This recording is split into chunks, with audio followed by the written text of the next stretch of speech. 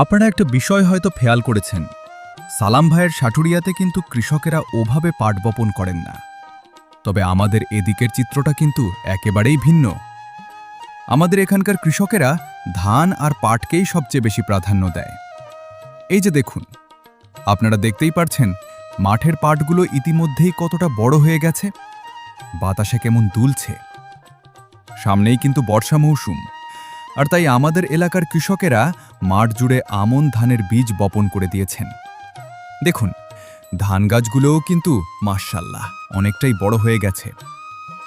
এই ধানগুলোর একটা দারুণ বৈশিষ্ট্য আছে, এরা কিন্তু পানির সাথে পাল্লা দিয়ে বড় হয়।